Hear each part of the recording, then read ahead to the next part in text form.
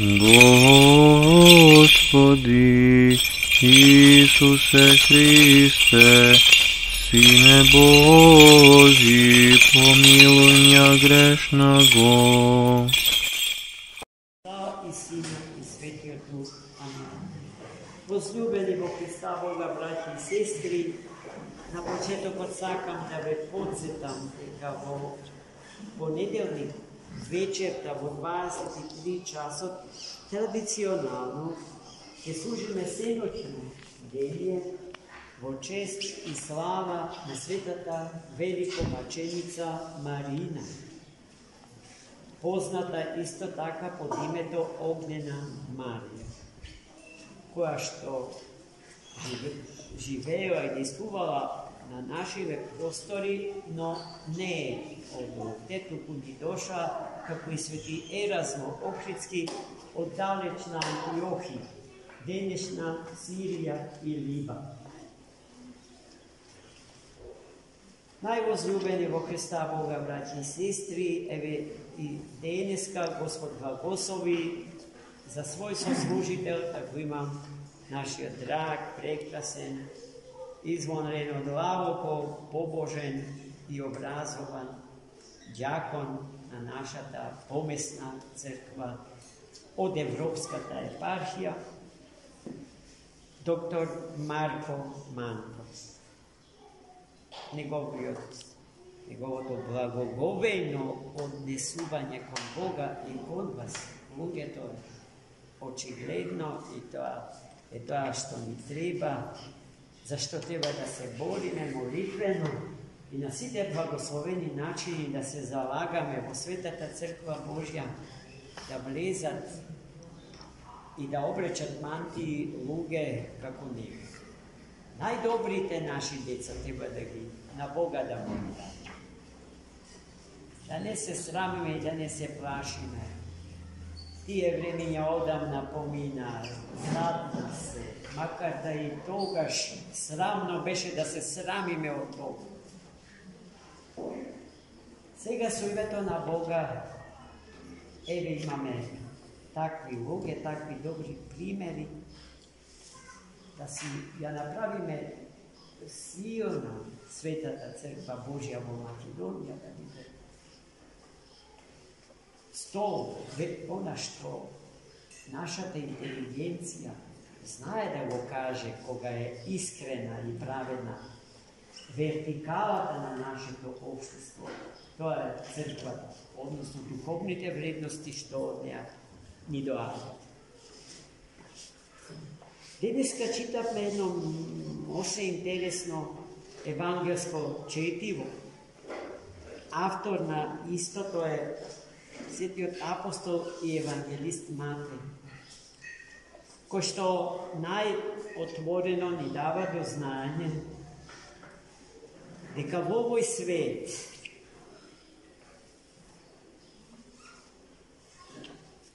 подеднакво, но реално се присутни двете екстремно противставени димензии од животот на човекот и на свет.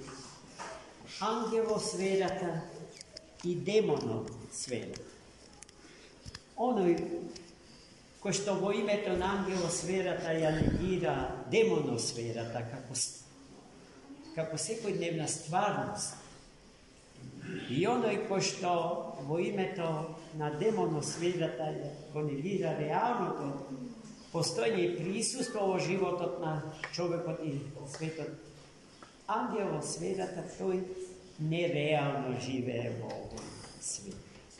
И тој е жртва на својата илузија за човекот и свет. Светото Евангелие ни дава до знаење дека и двете димензии се подеднакво реално присутни во светот и во човекот.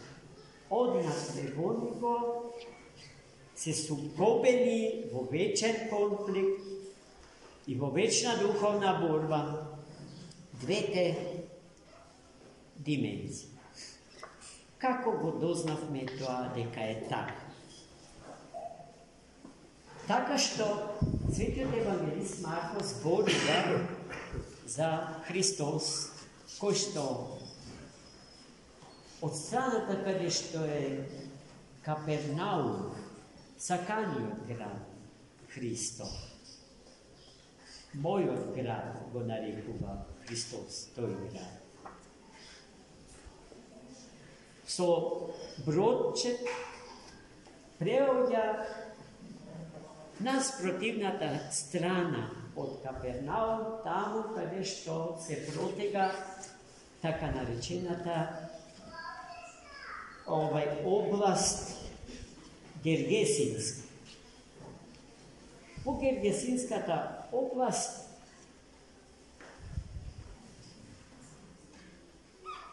во гробиштата на таа област живееле 20 бесомачни луѓе. Сумошечи, совладани од демонските сили. Тие биле толку опасни за обичните, нормални граѓани, што тие одбегнувале да поминуваат по патот крај гробиштата, бидејќи можеле да станат лесна жртва на бесомачници. И гледате сега Христос доаѓа во Гергесинската област и само што стапнува на неа, се среќава со нив двајца.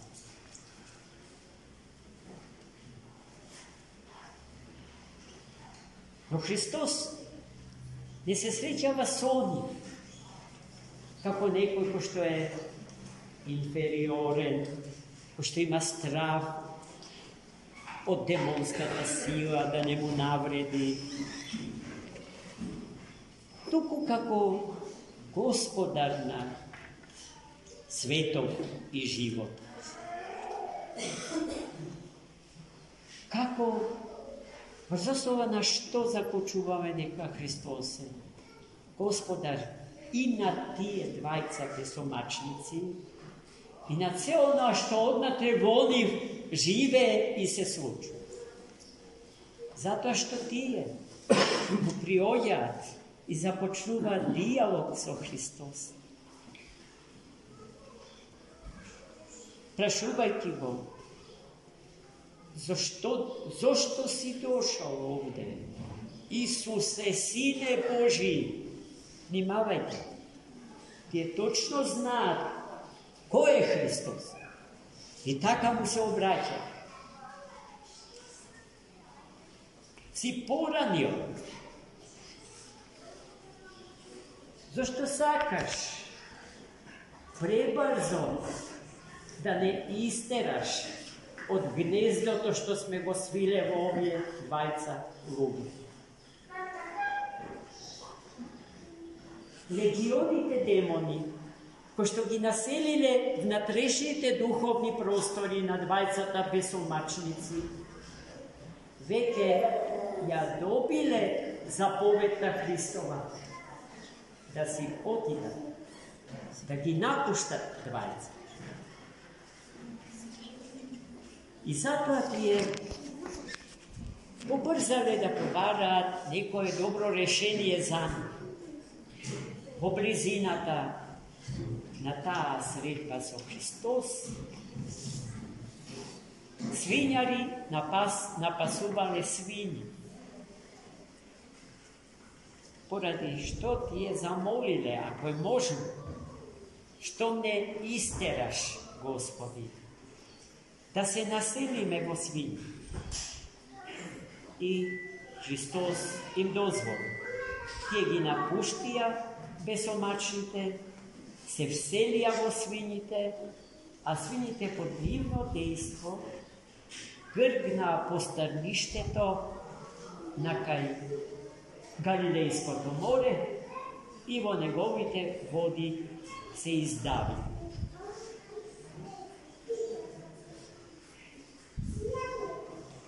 Двајцата бесомачници си ја вратиле природата што на човекот му припаѓа. Станале нормални и добри. Тоа што е во природата на човекот. е добротата човечка. Зашто на почетокот Бог го создаде човека како добро и просто битие. Внимавајте, како добро и како просто, со потенцијални можности да се усовршува, имајќи го за своја мера својот Создател, Бого човекот Христос, до совршено свештено битие. Совршеното свештено битие е битието на обожениот човек. А човекот кој што не сака да се движи во тој правец, поживотинува и станува тоа зашто Достоевски во неговите записи вели под човек или кон човек. Овие вториве се идеална средина за настанување на демони. Гледайте зашто е потребно цврсто да се држиме за Христа и Светата Црква него. Тоа што треба да знаеме, а е многу важно. Ниту Бог сака да има власт над нас и да командува со нашите животи, ниту допушта демоните на тој начин да владеат со нас. Дали Бог ќе стане жител на нашите срца или демоните, зависи од нашата опрема. Толку сме слободни, браќи и сестри.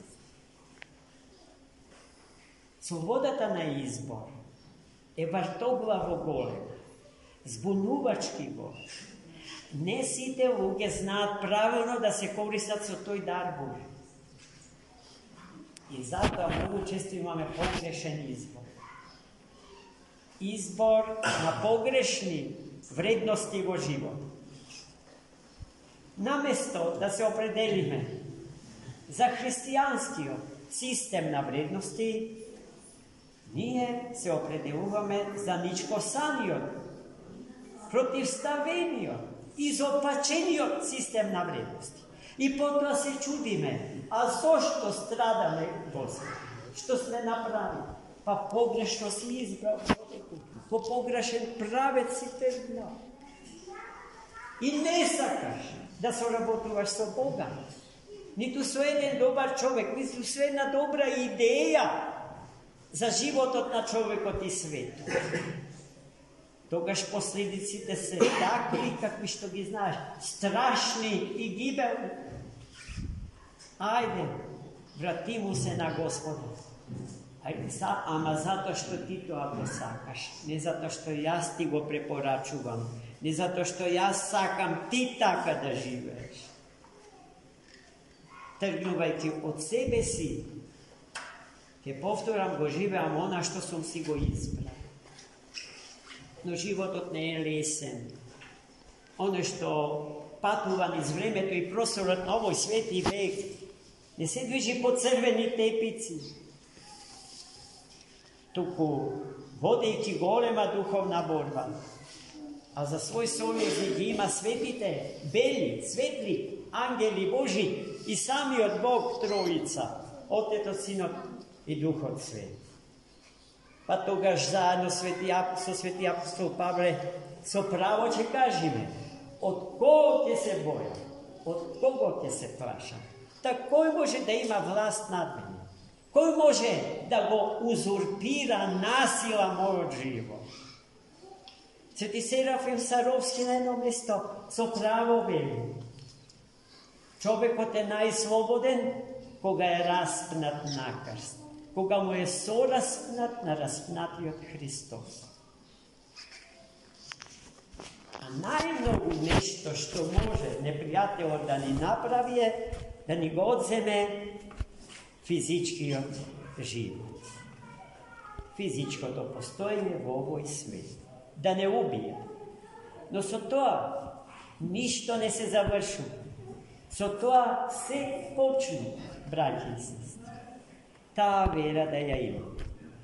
тогаш перспективите за еднината на овој свет и на човекот во овој свет ќе бидат на вистина есхатолошки, на вистина вечни. Амин.